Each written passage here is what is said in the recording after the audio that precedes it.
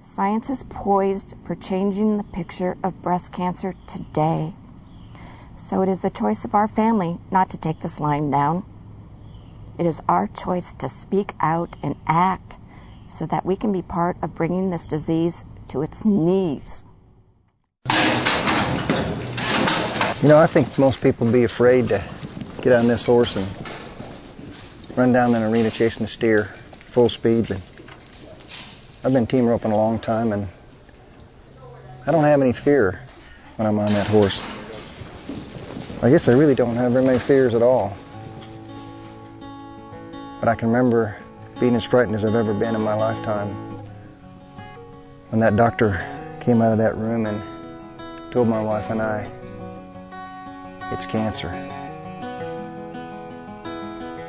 Man, my whole world went black. I saw him talking, but I didn't understand anything he'd said. You know, my mind raced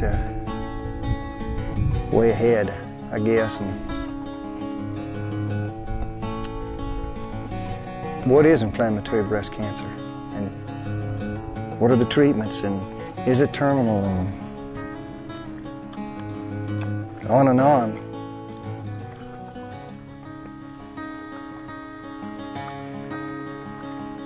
It felt like somebody had kicked me in the stomach.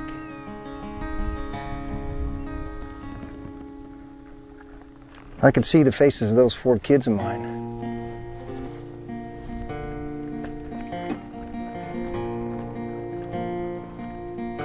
Man, I didn't know how I was going to tell those kids that their mom was really, really sick. Driving up that driveway, those 4 kids were standing at the top of that driveway. They'd already been crying because they knew we'd been to the doctor. You know, somehow kids just know. So we stood there in that driveway and we cried together and we made the determination if this was our fate, that it wouldn't beat the 6 of us.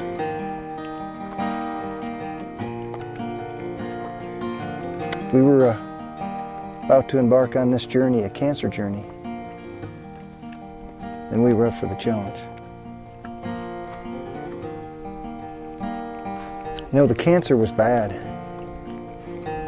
Inflammatory breast cancer, only 1% of the cancers turn into inflammatory breast cancer. The prognosis was pretty bleak. But Val's a fighter. And that's really one of the things I've loved about it for the last 30 years.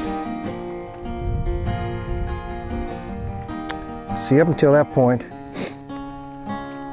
I think we thought we were living the American dream.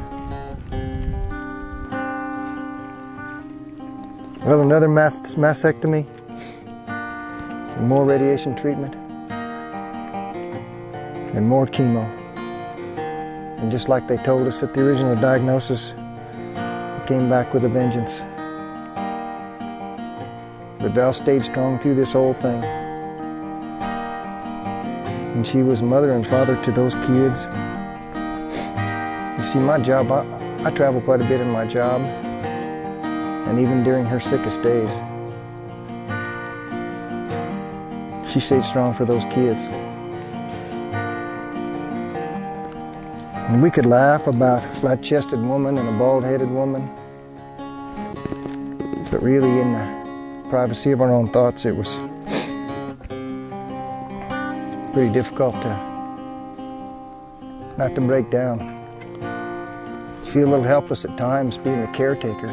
I didn't even know what a caretaker was supposed to be, let alone become one overnight. And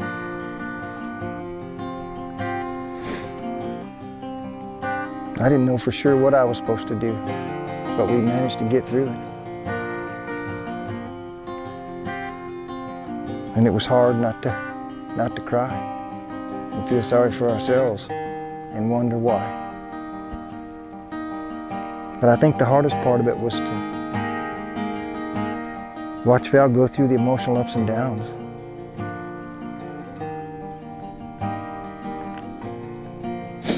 None of us knew how to deal with it. You can't read a book and understand how to deal with cancer in your life.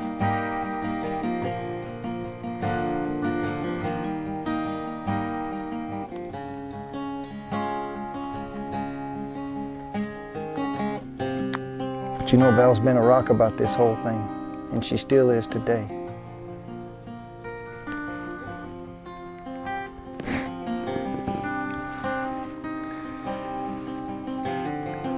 You know, in the last few hours while we filmed this deal, we've lost 14 mothers, their daughters,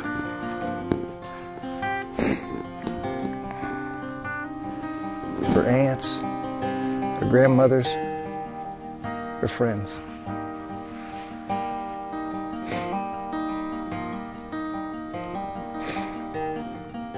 God willing, none of you will have to write this book.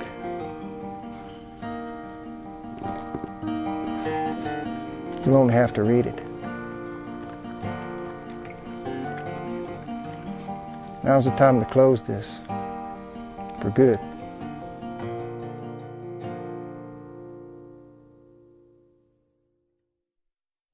My name is Val Stressman, and approximately 40,000 women will die of breast cancer this year.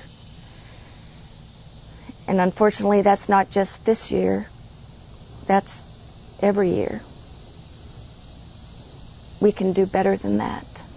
We need to do better than that.